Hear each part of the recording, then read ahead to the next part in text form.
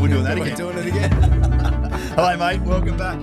Welcome back, mate. It was a couple of months before we did our last live, Yep. but then this last few weeks I feel as if gone super fast. We've had a lot going on. Yeah, we have a lot going on.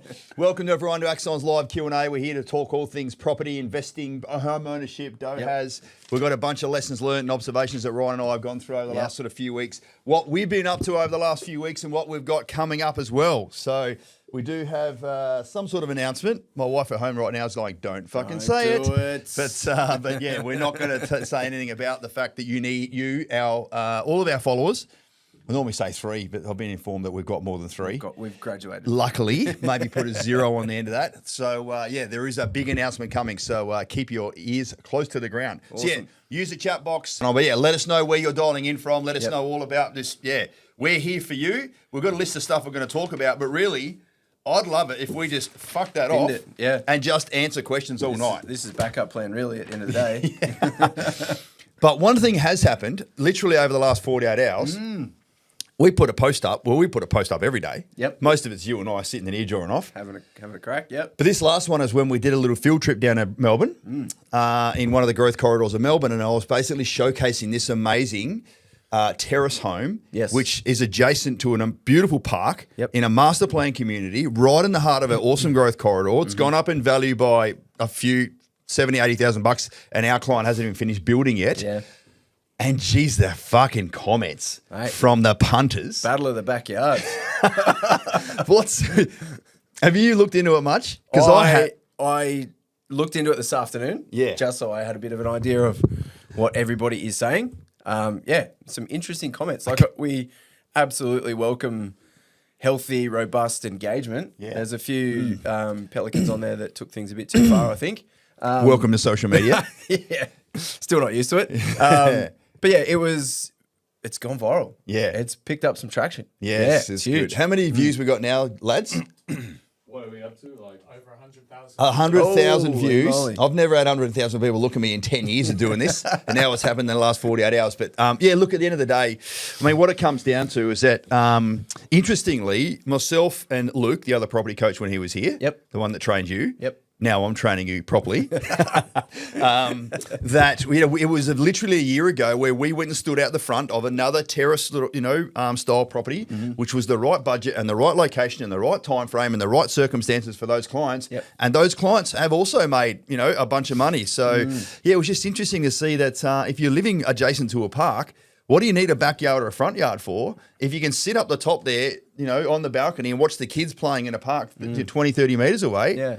And it's an investment property, and your tenants have got a super low maintenance front yard and backyard, then what's people talking about? Didn't someone say, you can't grow a veggie garden if you don't have a backyard? Yeah, something like that. Yeah. It's a $2 million park, mate, that the council fucking built for you. What? Who cares about a veggie garden? It's a really interesting one. I mean, I know the sentiment was people want big backyards. And that was the census of that small group chat. There's a couple of things that plays into that. I'm sure a lot of people owning their own homes might want a big backyard. Indeed. However, when we're talking to people that are trying to buy a property and getting into the market for the first time, they might have a lower borrowing capacity. They're dictated by budget. That often means a smaller property with a smaller land and a smaller yard. And as a property investor, really, and I think someone said this, you are after capital growth and cash flow and all those good things. But the second order effect of that is you are providing a home for someone to live in. Yeah, that also isn't that good? May not be able to get into the market. And that is all they can afford for their family, to have a roof over their head and a safe place to go to at the end of the day.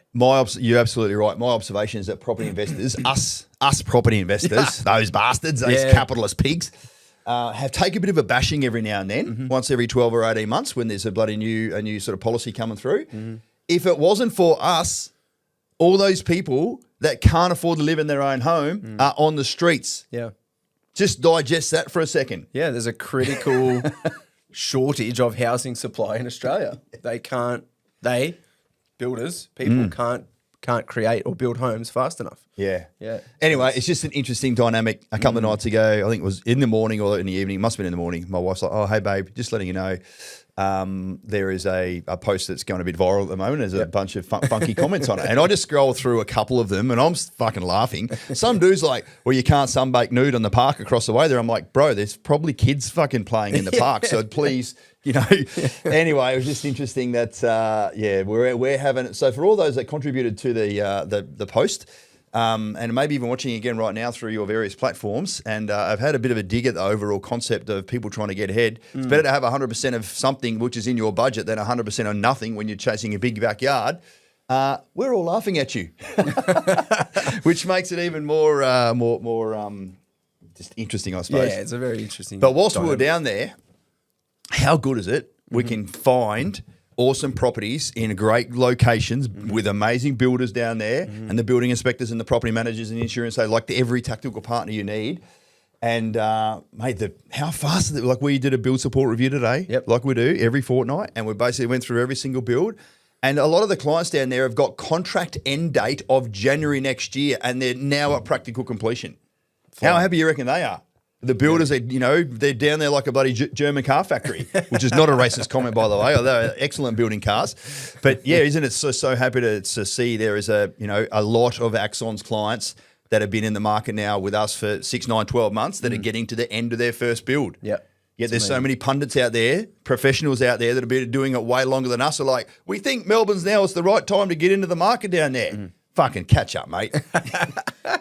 Ex-RAF Intel, Army SOCOM, and a bunch of other veterans here. We got our J35 hats on fucking way more than these bloody civvy pundits that have been going on. So, but we did an awesome vlog, which is what a video log, Daniel, as they call it, like a diary effectively.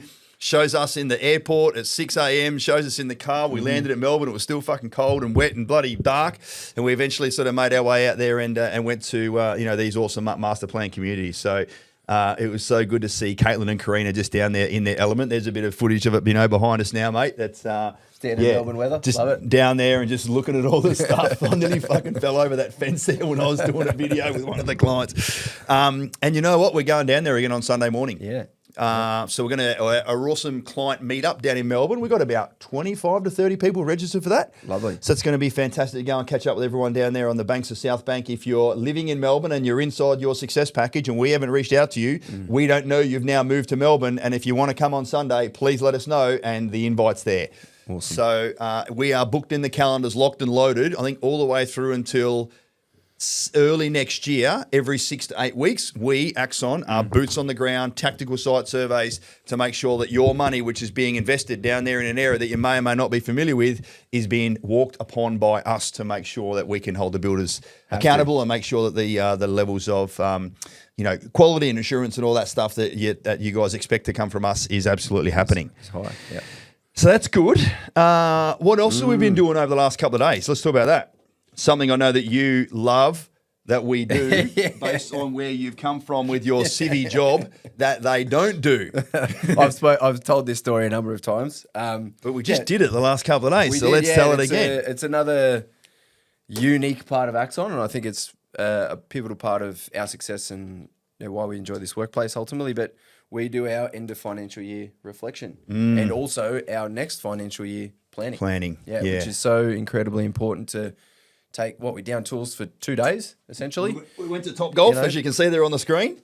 Oh, there was on the screen. But that was good. This is we did a bunch of planning and a bit of strategizing and reflection and visualization, like you said there. But it's bloody good to have a bit of social stuff. It is. It's Tamara's birthday. Yes. Had the pizza party. Right. Yep. Had a couple of vinos in here that evening. Roberto, I think, came in and cooked us a bunch of pizza. The Italian Robbie, Roberto.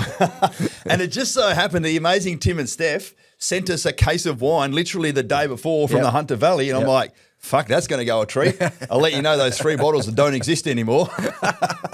Or the empty bottles do somewhere. But yeah, it's you're absolutely right, mate. Our ability to sit back on a whole financial year's worth of stats. Yep. So, stats and trends. How many people watched our training? How many people booked a connection call? What's the conversion there? How many coaching sessions did we do? How many success packages? How many people didn't go through with it? Well, how many EOIs were submitted and that were successful or not? Finance approval. Like every single stat of the business if you come from my background and culture with the superstars that work here, we literally analyse the shit out of it for pretty much a whole day. Yeah. And then that lays the platform for, all right, with that in mind, what are we now going to achieve next year with the market trends and the interest rates are coming back down a little bit and access to land and all that other stuff that goes into it. So, we continue to have our shit wired tight. Don't you worry about that. Love it. I don't mind saying that we ran the first few years of the business as we're now, 8.5 years old. So the first probably 3 years of the business was just a bit of gut feel only. And then the COVID stuff hit and fucking we were in turmoil like everyone else was.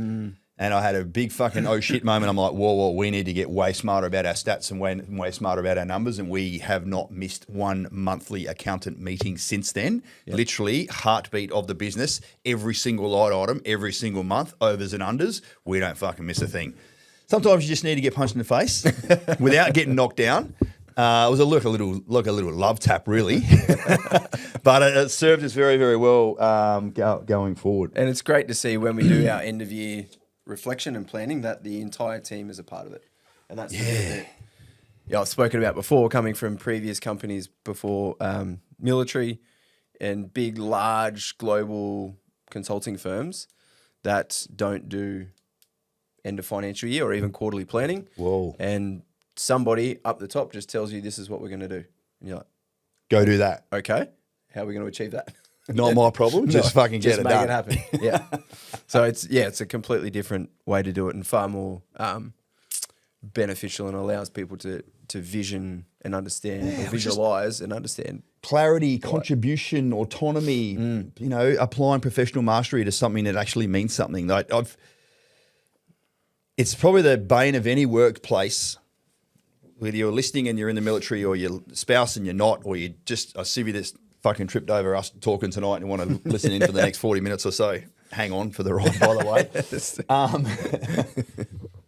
The worst thing you want to do as an employee is go to work, exchange your time for your employer's money, and do stupid, meaningless, worthless, we do it this way because that's the only way we've ever done it, fucking tasks.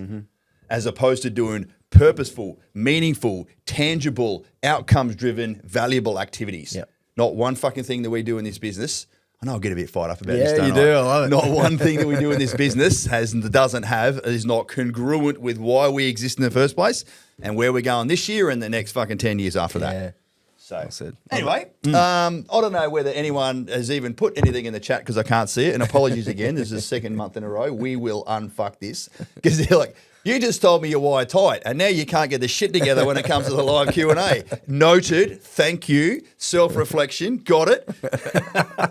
But as we're talking about finances, mate, let's talk about something today that those that don't know, every Wednesday, Deb comes into the office or just dials in via Zoom, and we go through every single person's circumstances, which is in a number of different stages, all the way up to land settlement. Primarily and on she finances, and she spoke about credit scores today. Tell us about that. That was an interesting one, yeah. So a couple of my clients are moving to finance application, finance approval.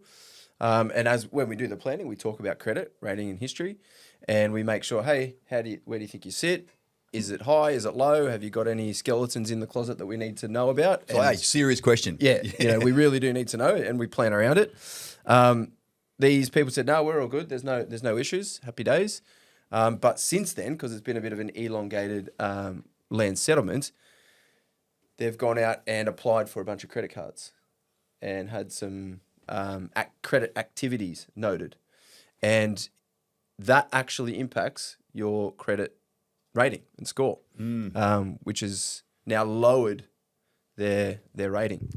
Even though they've got $500K in the bank, heaps of cash, due to probably a DVA payout or something, your client's apologies, I don't know that granular detail, but I love scores only property that's doing really well. So they're doing Jobs, quite well, but their credit scores, one's at 350, the other one's at 500, and that's not very high. And if you didn't realise, And we're after Deb, we're like, how can that be the case? What's happened? Yeah. She's like, like you said, there's been a number of credit inquiries over a number of different things. So therefore, their active credit inquiry, and clearly it hasn't gone ahead because those loans and or credit cards are not on their file. There's nothing just there. Ticks it down. Ticks it down, So and ticks it chipping away. It is something to be conscious of if you're looking to go into the lending space and you have made a lot of inquiries and activities regarding credit cards and things, that it may have impacted your credit score. Yeah. Yep. We're not providing financial advice, remember, team. Speak to your broker, speak to your financial planner, speak to your accountant and the like.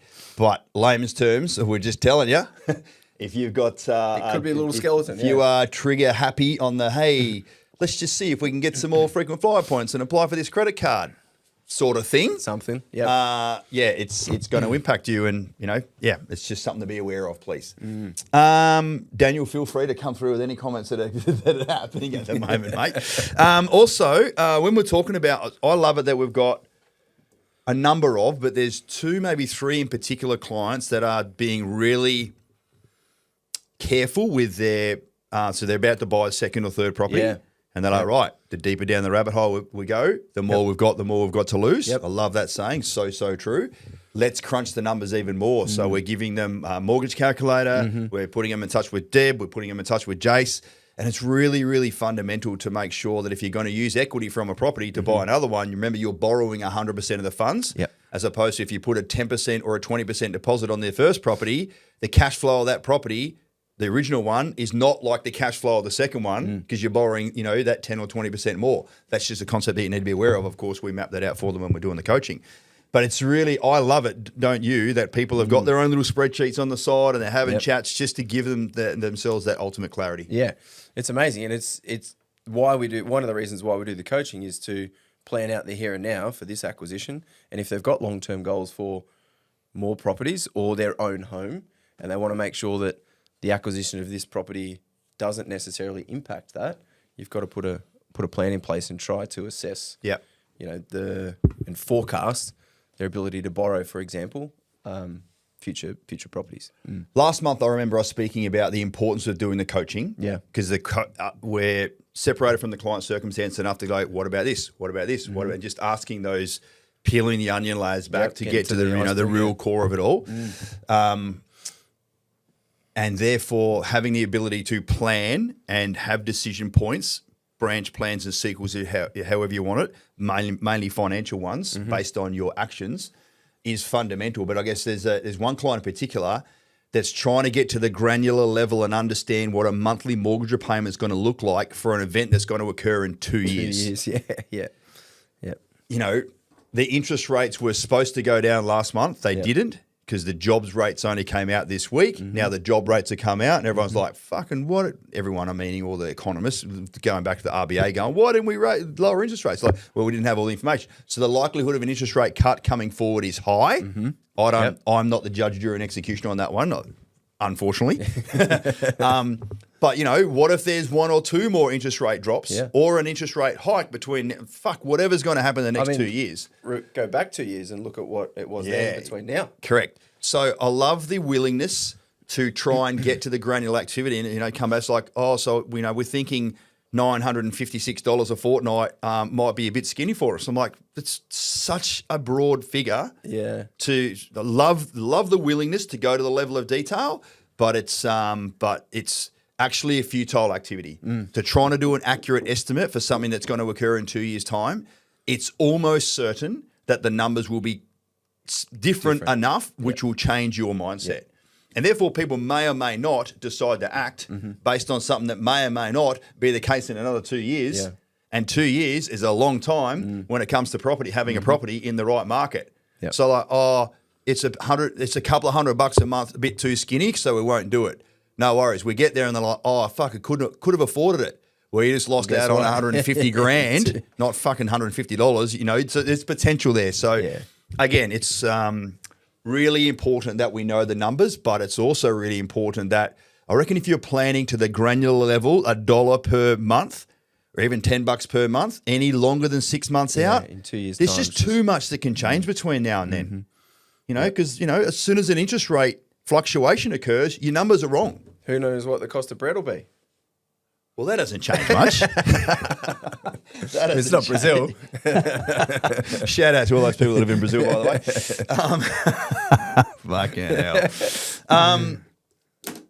But every now and then there's a few tricky and curly ones that come in. There are. So, tell us. There was a term used by a family member today, Yep. and she said that someone in her family is impatient. Yep. And I thought, oh, fuck, that is a very good descriptor. It's a dangerous descriptor. Dangerous, yeah. That when someone's trying to act in any sort of impulse or impatient or time-reduced activity for no other reason, but I just fucking want to get going now, yep. that's it's fraught with danger. So, again, this is one of your clients.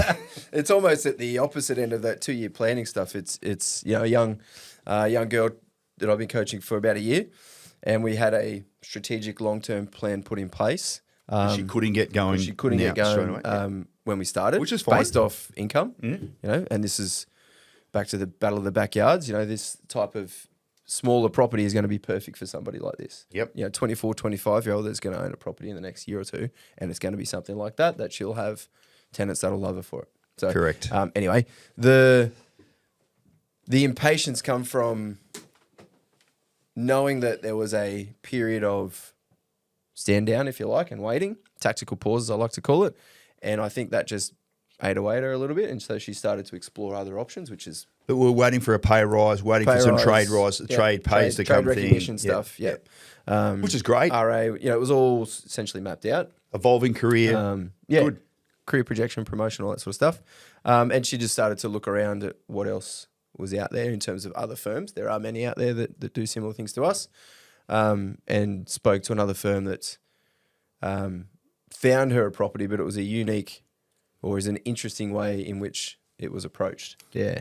Non-defense. Non-defense. So doesn't know about the planning, the sequencing, the so-whats. Yeah. And ultimately put this young girl, she's still in it, but put this young girl in a fair bit of pressure, which is the other word that we don't really like around here. To put someone that is impatient under pressure to make a decision without a proper plan, is fraught with danger. So second conversation. First conversation, hey, we don't have anything for you. Yep. A small period of time goes by. This is the other firm, by the way, not fucking us. A small amount of time goes by. Balloon goes up. Yep. Hey, need to speak to you. Bang. Here's a property we found it for you. You've got to make a decision in 48 hours. Yep. Overnight, basically. Yep. Put it in the chat. Send us a message. Shout from the fucking rooftops if anyone has ever been in receipt from any sort of sentiment with anyone that wears a fucking Axon shirt is that you need to make a decision in the next 48 hours. Mm-hmm. Off the second time you've had a chat with in the context of, there are sliding doors moments where there is a long-term, well-thought-out, robust, rigorous plan in place where, bang, you can jump on something. Almost said strike then, but I didn't. Whoop. Jump on something and it fits perfectly. Yeah. But fuck me, having a phone conversation and then bloody being forced to make a decision on a property. Yeah. And by the way, that property is more than likely going to be built within the 30k radius of a future posting location. Next year posting location. But these fucking clowns, they're not going. They don't know about DHA. Yeah. They don't know about subsidised housing. They don't know about whether you're going to live in it or not. Mm-hmm. And it's just sad actually to see that there is. I'm all cool for being decisive, but that's not impatient. Yep. And we really hope that we can. Allow someone to make decisions based on the full picture. Yes. Yeah. Yep. Anyway, what's going Good on? way to put it. Hand up. Fucking welcome. Hello. All right. We are 23 minutes in. Someone likes something. Or not. I'm about to find out. Brett Smith, what are the usual delays we can expect between RBA cash rate changes and changes to home loan interest rates?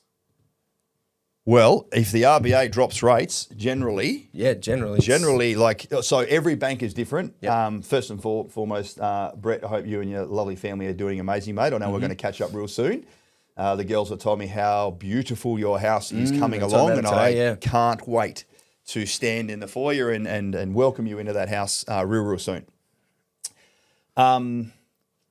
It was at the start of the year was the first interest rate drop that we've had in a couple of years. Yep. So maybe the banks had fucking forgotten how easy it is to just change the numbers, a little bit like they do in the servo, right? the price of oil changes and they go change the numbers and it's on the Bowser and that's how much you fucking pay. So I guess we in the office here have all got different mortgages with different lenders. Yep. And some lenders have basically applied it within 24 hours. Yep. Some lenders sent a notification saying you need to wait till the 28th of the month, and it was like the 15th of the month. Yeah, I was going to say about a And couple we're of like, weeks. Fucking why? Why is the change not being made on your big fucking board out the front?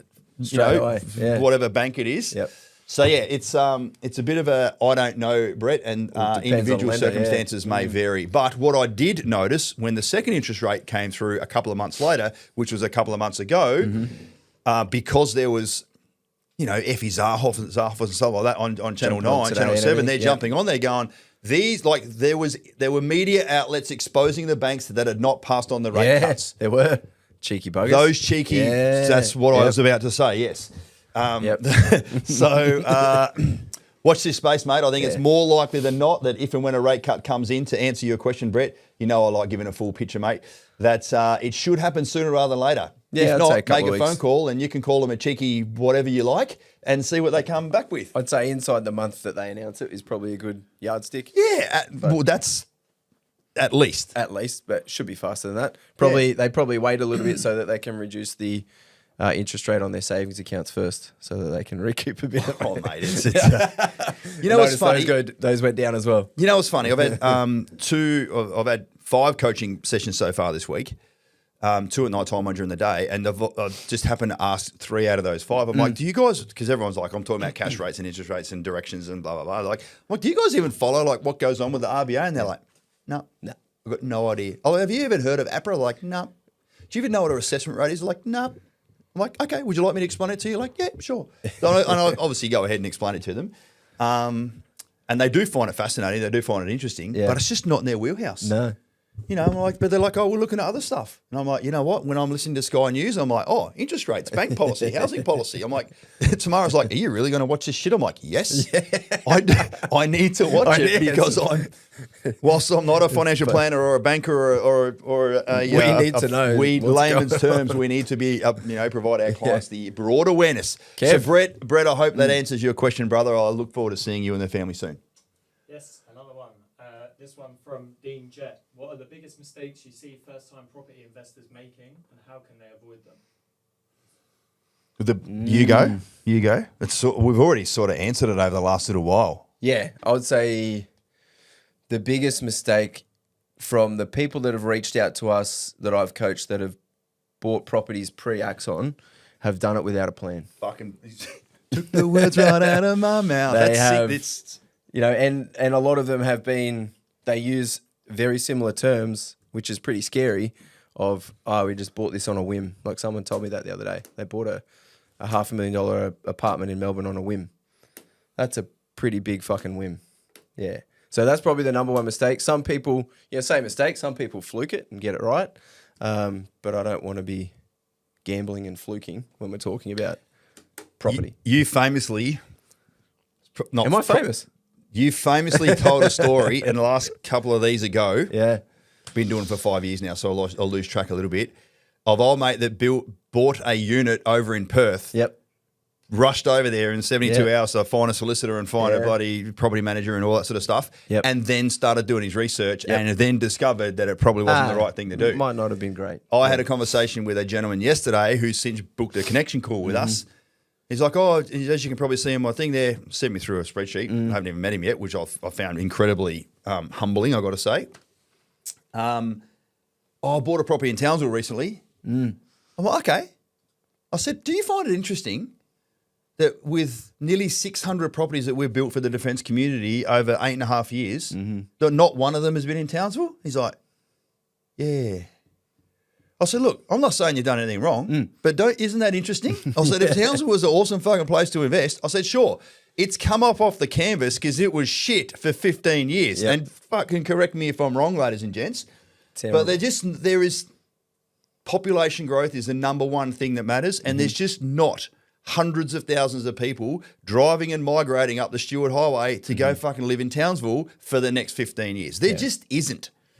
And then when I sort of saying, he goes, oh, yeah, I probably didn't do as much research as what I should have before I bought that. So that's the answer to your questions. What was the gentleman's name again? Dean. Dean? Yeah, Thank you. Not Dean. I'm not asking Dean, but now I know. Buying without a plan. Yeah. and doing your research post-acquisition is not smart. Yep. I almost said fucking silly then, Yep. but I won't do that. Yeah. From Dean, who I don't know And then, yet. you know, how What's- can they avoid them? Pretty easy. Listening to this for starters, find someone that you can relate to Yeah. that is an expert That you or can has trust years and years and- of being able to put together a plan. If Dean is in the military, someone who knows your unique circumstances, like buying outside of your future posting location. Dean is definitely in the military. He's one of my clients. G'day, mate. Oh, Thanks do for you? tuning in. I'm so sorry. I didn't let you know that. Does it to me all the time. I'm the fucking host here. And I'll just let you go. Mate, bus. Anyway, Dean, you're not going to make those bloody mistakes, brother, because you have got a property coach and you've got a firm that gives a shit about you and your circumstances that you won't have to make those mistakes. Thanks for tuning in, mate. Appreciate it. Hands up again. Here we go. You know what? No, it just takes one. Yes, mate. Go. I'm do we loving got? this. At least they know we're going The to. changes and proposed changes to capital gains, unrealised and the like, is going to affect investment property market from CJ. Well, that's inside the superannuation Yeah, environment. and above 3 million. And that is beyond the scope of what we talk about. So Yeah. CJ discussed that. I'm just going to put a blanket rule on that. We don't discuss superannuation. There's one very famous case, no names, no pack drills, of a firm like ours, non-defence, that saw a shiny thing and drifted into providing advice in the SMSF space. Yep. ASIC got wind of it, and they don't fucking exist anymore. So Yep. the answer is speak to your financial planner. Easy one. Thanks, CJ. Sorry, CJ. You know I love you, brother. I'm not being a wanker, but that is beyond the scope of what we talk about here, and you've got an awesome financial planner that you can get the details for that one. But Love it. But my opinion on things are most clients. So I've been doing this for a few indoor cricket seasons. Yep. And I haven't come across anyone yet that's got anywhere near $3 million net worth in their SMSF. in the super fund. So the likelihood of me having to navigate that with the financial planner is very, very low. Yep. Here's hoping it happens to you one day, mate. Hey, hopefully all of our clients have $3 million in their super Yeah, I funds really one hope day. that's the case. But yeah. But not only you can't access your super until because it's all locked up in whatever MSBS and the like. Yep. Then again, it's even more unlikely that that's going to be the case. So anyway, what else you got for us, Kevin? Nothing much at the moment. Kevin comes from the UK. He's like, every morning I'm like, what do I say to you in the morning? Right, Governor? How you going, Governor? What's happening, geezer? He's a governor down He's under. from the UK and his name's not Kevin. Just to be clear. His name's Keelan, but he used to sign off to one of the other agencies we were using, and they're like, oh, no worries, Kevin. As soon as I got fucking wind of it, guess what? Your nickname's shall know now me, Kevin. The refusal to call the marketing team their real names. Because as you learn very, very quickly when you come to Australia from another country, you're not in charge of what your nickname is. It gets fucking delivered to you. Yeah, found that the hard way. Mate, Kevin's not the worst thing, let me tell you. Oh, Jesus. I'm actually enjoying this now. And thank you so much for a couple of questions. That's, appreciate it. give me a whole new lease on life. But don't fucking buy a property from someone who is jamming it down your throat, especially if all of your individual circumstances have not been taken into Haven't account. been mapped out. Yeah. And you've reached out to this young lady and she hasn't got back to you yet. So I really wish that she does. And if she doesn't, then we still wish her all the best. Yeah, I genuinely hope that it works out for her. Of course. Absolutely. I'm not Yeah, wishing ill on anyone. Yeah. Let me be super clear. Yep. Rather, I am providing some lived experience story, which is your story, but Yep. I'm just telling it, You live it. sort of. What you said to me is like, here's a curly one for you. And I'm like, what's he going to say? And this was literally 7 hours ago. So let's switch gears a little bit when we're not talking about financing. And let's talk about when you buy a property. A lot of you will find this super interesting. Mm-hmm. I'm sure he won't mind me telling this story. Well, I'll find out in the morning. Yeah. Justin, who works here, had got the opportunity now of building his beautiful new home here on the Gold Coast. Dream home. Yeah. Bloody amazing, right? Yep. And of course, when he's going through all the contract stages, et cetera, Yep. he's looking for a property where he can just get everything done by the builder and turn the key and move in with his family. Walk straight in. That's called full turnkey. Yep. What I mean by that is all the landscaping, the driveways, the fencing, the blinds, Yep. everything there. As you can see there. As you can see there. So it was just interesting. And he's like, oh, so I've got to pay for so you don't do the driveway, you don't do the landscaping, you don't do the fencing, yeah. and you don't do the blinds. Yep. He's like, well, how much is that going to be? And he's like, I don't know, mate. You're going to have to go get all your quotes. You got to figure it out. So I guess there's a, and I'll get you to tell a story in a minute because I know one of your clients' dads went and did some research. Yep. Plant the seed. So you can tell that story in a second, please. And I love it when people was like, oh, I'm just going to go and fact check that by myself. I'm like, you go do that, champ, and fucking then come back to us. And he did. Yeah. So yeah, I guess there is a stark difference between a turnkey property that you will see that says this property is Advertised. turnkey, and it might be cheaper than the one that we are showing you, which is full turnkey, where all the landscaping and the driveway and the blinds and the fencing is all included. Yeah. So don't be attracted to don't be attracted by clickbait. Yeah. I'm now educating you that there is a very big difference between full turnkey and turnkey. So yeah, It is a part of the industry where, you know, we get a lot of people that say, hey, you presented this property, we love it. However, we found something a little bit cheaper. and it appears to be the same. Appears, cheaper and appears to be the same. And often, as you said, what you find out is it's not full turnkey, it is turnkey. Therefore, you've got to come up with all that other stuff at the end. And Damon and I had a client recently. We presented him a lovely property up in southeast Queensland. And his father-in-law is a avid property investor. Got a couple of properties in Sydney. Knows what he's doing by the sounds of it. Knows boats. And I think the gent had found some other stuff in the area that was cheaper or appeared to be cheaper. And he took it to his father-in-law. His father-in-law had some contacts in the building industry, and he also took the property that we presented to him. And, you know, the builder came back to his father-in-law and said, yeah, no, what they're showing you is legitimate. That one, clickbait. And it's a little technique that they use to get you in. Get people in. And then start slamming on the after build costs and all that sort of stuff. Yeah. So it's Fucking a crazy, mate. bit murky and a bit yucky. Yeah. But Especially for homeowners. Yeah.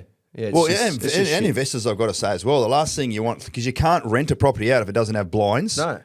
No one's going to want to rent a property, even though it's turnkey and you can live in it, if there's no Fucking driveway, mud there's no everywhere and landscaping, shit. and there's no fencing. Like, Yeah. fuck that. Yeah.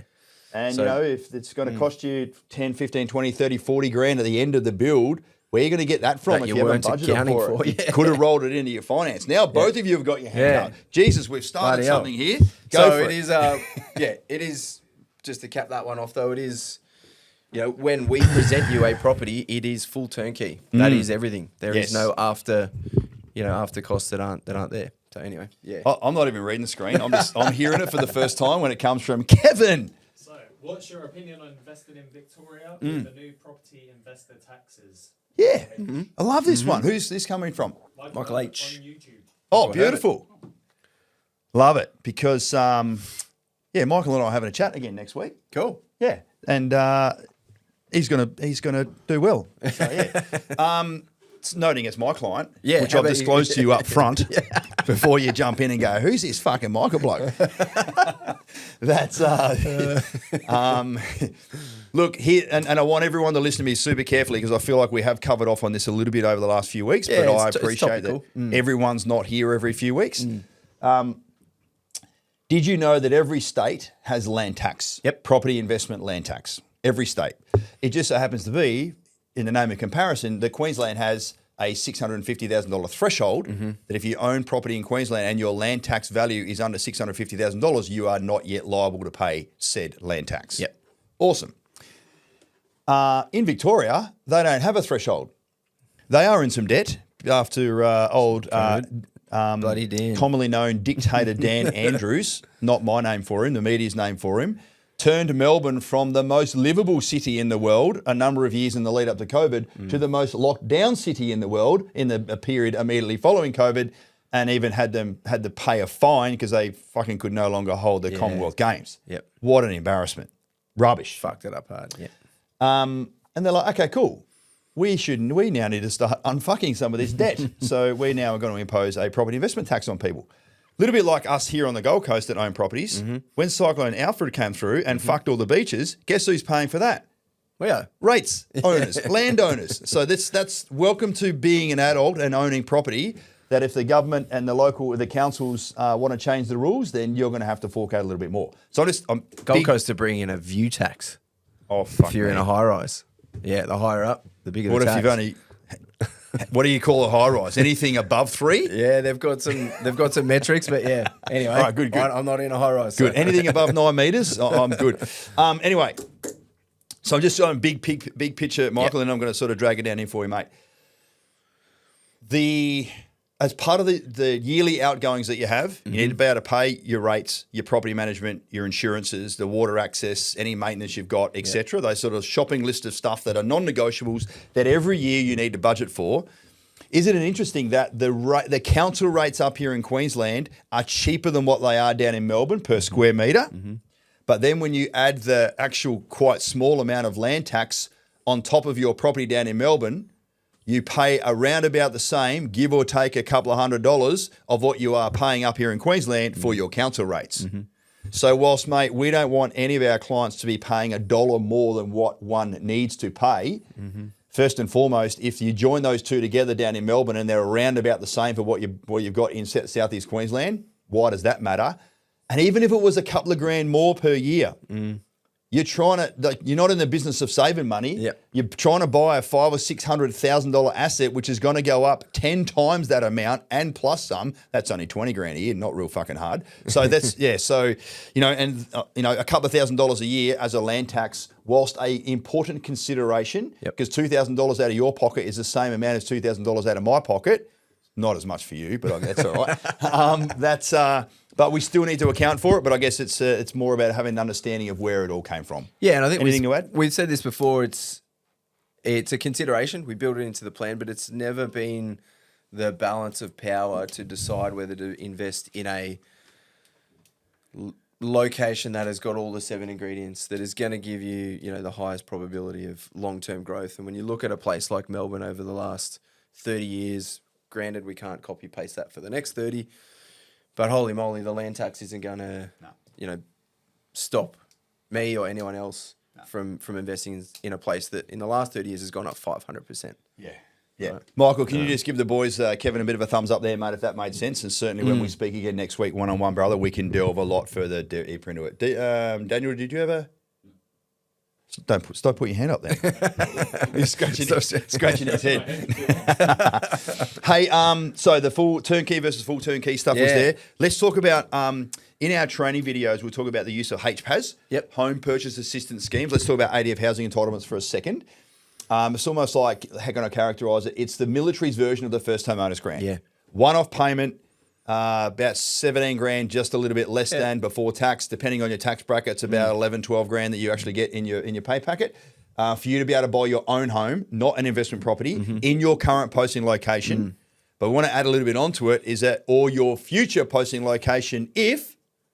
You've got the posting order. Correct. Yeah. So you can be smart with your use of concurrent activity, that if you have a posting order to your next location where you are entitled to defence subsidised housing, you can start to put a plan in place and incorporate the use of HPAS because you've got that Willy Wonka ticket saying, I'm going there next year. Yeah. So and you don't necessarily need to wait till you get there. Yes, yes. Key point. Pretty cool. Yeah. Go for it, Kevin. You are on fire, my man. This one is from Riley McIntyre. Oh, he reached out to us via Facebook. Yeah, he did. Yeah. Yes. This was from Instagram. Yep. Building or buying established Yeah. investment. As you were speaking about it before, a lot of hidden costs I'm hearing about concerns me to overall maximum cost once you've got keys. Yeah, Cool. for sure, mate. Yeah. Awesome. Well, Riley, you might not be up to that part of the video series, which I sent to you. What are we now? 44 minutes in, probably 54 minutes ago, because he's been watching us. But certainly, mate, buying established versus buying brand new is a real wide junction when it comes to using our services. Yeah. We don't do established properties. And we only do brand new properties in the name of reducing risk and maximising cash flow. So that's the two main principles there. What's the main one, Rhino, about reducing risk? Yeah, I mean, for us, when you go and buy an established or an existing property, most people should get a building and pest inspection done before they put any skin in the game, before they sign anything, before they put a deposit down. That building and pest inspection, you get a building inspector to walk through and he'll kick some tyres, he'll look at the walls, he'll see what he can visually see and write you a report on what the health of the property generally looks like. often in the back of those inspection reports is a whole bunch of T's and C's and clauses. Disclaimers that will say, property looks in generally good health. However, I couldn't stick my head in the roof. I can't see under the wet areas in the bathroom or the kitchen. I can't see under the slab. There's a whole bunch of variables that he or she weren't able to see without a 10-foot X-ray machine, right? That doesn't exist. So by getting a building and pest inspection, they say it's okay, but there is a bunch of disclaimers, and you go ahead and purchase that property. If there is something wrong with the kitchen, or wet areas in the bathroom, or termite damage that they couldn't see, don't ring the property investor. Oh, sorry, don't ring the building inspector. Yeah. Don't ring the building inspector because they're going to say, hey, I wrote my report. Yeah. There was a bunch of disclaimers. And to fix that, it's got to come out of your cash. Yeah. And if it's tenanted, then there goes potentially a chunk of rent as well, whilst you get that fixed. Yeah. So for us, the level of risk is elevated. Yeah. Yeah. It's almost like if you're... Let's get a bit wary for a second. On just most of you listening in have probably got a Kevlar just down next to you somewhere. Chuck that on your head. If you're a vehicle convoy commander and you've got to take your vehicle convoy from point A to point B, and there's 2 routes you can take. One of them has been cleared from IEDs and it's going to take you 2 days to get there. One of them has not been cleared by IEDs and it's going to take you 2 hours to get there. Mm-hmm. Which one are you taking? You're taking the one that takes 2 days. That's the fucking answer. I'm telling you that right now. So it's, this is why undertake an element of risk which is unnecessary. Yeah. So that's the risk bit. When you do a brand new property, the slab's inspected by a certifier, the council, the bank, the frame's inspected by the same 3 entities. You've got a number of inspections at the back end. It comes with all the warranties, it comes with all the guarantees, and it just gives you ultimate peace of mind that your $350,000, $400,000 item is fucking brand new, and it's not gonna break. It's not aged, and it's not up for significant maintenance, etc. Yeah. The other bit, mate, that you'll discuss, that's the lowering of the risk, is maximising the cash flow. A lot of people don't realise that when you buy a land and build, the house doesn't exist. Of course, I know that you know that, but therefore you don't pay stamp duty on the house. And stamp duties, generally it's about $20,000 that you don't have to pay in stamp duty front. As a one-off cost to the government, gone, never to be seen again, that you need to have in your kitty before you even get to land settlement. Yep. Granted, you need to be able to pay interest on the loan throughout the build. And even if that costs you the better part of 20 grand, it's a zero-sum game to give you the peace of mind that you got a brand new item which comes with all the warranties and guarantees. And the last little bit is that you... the ATO changed the laws a few years ago. If you buy a second-hand property, even if it's 6 months old, might even have a bit of builder's warranty attached to it still. All the fixtures and fittings, carpets, blinds, aircon, rain shield, solar system, you name it, all the things that cost tens of thousands of dollars in the property are not claimable for the life of the property when it comes to depreciation. So you are, in the name of convenience or impatience, that I word that we spoke about before, that... you're gonna undertake more risk and you're gonna pay for it. Yeah. So that's generally what about 15 minutes of stuff in the video that you are going to discover. So I hope that helps. And certainly when we sit down and do a plan, we walk through all that stuff in a lot more detail to give you the assurance and education on why brand new. That was a 3-minute summary. Yeah. One of the other queries we had come through, I was just overhearing Kelly in the client care department. One of the clients that built a house with a couple of years ago, they're like, hey, geez, the insurance policy's gone up a little bit. I feel like I'm paying a bit more for my insurance these days. She's like, yeah, so am I. so is everyone. So is everyone. And then the question came back, it's like, do we really need to have those insurances in place? I just about spat out. Do we really need to have the building and landlord's insurances in place? Like, is it mandatory? You go. Well, yeah. It's not mandatory. No. There you go. You don't have to do it. Of course it's mandatory. No, it's not. No, it's not mandatory. It's mandatory before you get the keys. If you're doing a construction loan, the bank won't release the final payment until you do have a certificate of currency. Yes. But ongoing, it's back on you, Chief. It's your property. You can do what you want in terms of insurance. When you've got a $600,000, $700,000, $800,000 asset sitting there. Or even if it's only $350,000 or $400,000 for a house. Less, uninsured from events or even tenants, when you talk about risk assessment, you've got likelihood and consequence. Yeah. Likelihood might be low, but consequence is fucking disastrous. Fucking high. Yeah. That's his first F word for like 5 live Q&As. Doesn't say it very often. It's an interesting one because I've had another couple that used another firm, got a property, reached out to us. We're talking about that first property, and I said to them, how are the insurances going on that property? And they said, excuse me? Yeah. What are you talking about? And this property had been there for about a year, uninsured. Yeah, I mean, they somehow got through that initial bit, but sitting there with the tenant, completely uninsured. Do you know why? Because it was a single contract and there was no final payment. That's they were right. able to settle without it. I know Thank you. I know the Yes, circumstances yes, you're yes. talking about. So yeah, how fucking negligent is that? Having a firm that's coaching and guiding and mentoring and providing you the peace of mind that everything's going to be taken care of, not facilitating the building and landlord's insurance for you. And I think, Unsat. you know, is it mandatory? No. Would you not insure your car? Maybe some people don't. It's Murphy's Law, mate. It's guaranteed if you, like the day, there's countless stories. Tamara's dad had been a car wholesalesman for like ever, right? A long time. And there's so many stories where people are like, come in and they're all fired up and they got their finance approved, hire purchase, whatever it is, and they'll get the insurance done when they get home. Yeah. And in between leaving the car yard and getting home, they have a fucking accident and their $40,000, $50,000, $60,000, $100,000 car has been written off and their financial future is fucked. It's just not worth it. Like just For a couple of grand. no, pay the fucking money, give yourself the peace of mind and just. That is also tax deductible. If it's investment property. It was actually a question we were supposed to bring up last time. I don't even know why it's down on fucking number 11, whatever we're up to. But I'm like, we need to let people know that you must. Sorry, it's not mandatory, but you are running the gauntlet that you don't need to run if you don't have your building landlord's insurance policy in place.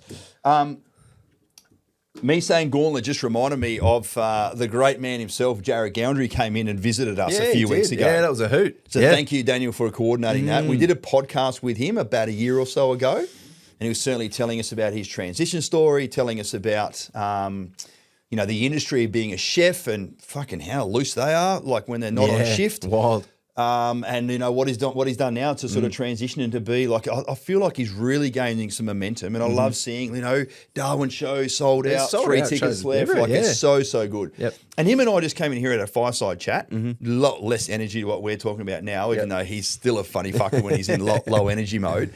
And I just loved getting insights about so how do you prepare for a show? How do you deal with hecklers? What do you do in between the shows? Like I just found it really, really interesting for him to come in and just have a bit of a chat there. So yeah, thanks for organising that, Daniel. It was a good little collab of ours. So you enjoyed rocking up to Mount Rushmore? Yeah. we've got some decals out the front with my melon on them, and Brett, who sent through a photo before, even he's there with his back to it there with his Air Force cams on. It's a fucking great photo with Caitlin in the background even. And I saw some guy today on the lift. I said, hey mate, he goes, oh, are you that guy on those bloody stickers down the front? I'm like, I said, yes, unfortunately. He goes, oh, are you guys like DVA veterans or something? I'm like, yeah, mate, we do all that stuff. I'm like, yeah, how you going, Mitch? He goes, I said, come and have a chat one day. So there you go. That might be money well spent, free advertising. I said to him, we had a comedian come in. He thought he was at Mount Rushmore. And then the lift was closing and he didn't have a fucking clue what I was talking about with Mount Rushmore. The Mount Rushmore of Robbie. Hey, looking ahead, let's finish on actually, no, there's one more. Let's do the rent yield stuff. Yeah. Because you had one. Question. This is back in the day, this is what it was, son. Yep. How come it's not like that now? Yep. Again, one of your clients. Well-meaning family and friends. We've sourced a property for a young gent up in southeast Queensland, in a fast-growing region, and the property that we sourced comes with an anticipated rental yield of about, I think it was about 3.54%, somewhere around there. Because he's a young fella and his parents have got some properties. He took that property to his folks and said, hey, what do you think? Actually, it might have been a Melbourne property, sorry. But mum and dad said, for that price property, you should be getting, it was a $700,000 property, you should be getting $700 a week rent. When we heard that in the office, what was the collective? It's almost like there's the same collective when the old mate's saying, I don't want to put my insurance in place. We're like, fucking what? Yeah. I mean, if you can find a 10% rental yield in the Australian market in a good location, please let me know. there are areas in the mining sector Yeah, and the that's- like, some rural, that you do get really good rental yields, but you're going there for cash flow reasons, not capital growth reasons. So again, you've heard me talk about this, almost ad nauseum, that you need to have. There's the metro and country average rental yields by state. fucking by state. Is So that as of now or Right now. as of right now? So there you go. 2025. Yeah. So it's Interesting. People always talk about Darwin sort of areas with high rental yield, but again, you're just not going to see any growth. Yeah. But to provide the context of 10% is not anywhere on that graph. The average rental yield in Australia is about that sort of 4 or 5% around that sweet spot, which is what you want. And remember, you're going to have a healthy combination of rent income, the tax income, and a small contribution from you. All you're trying to do, ladies and gents, is keep the property afloat.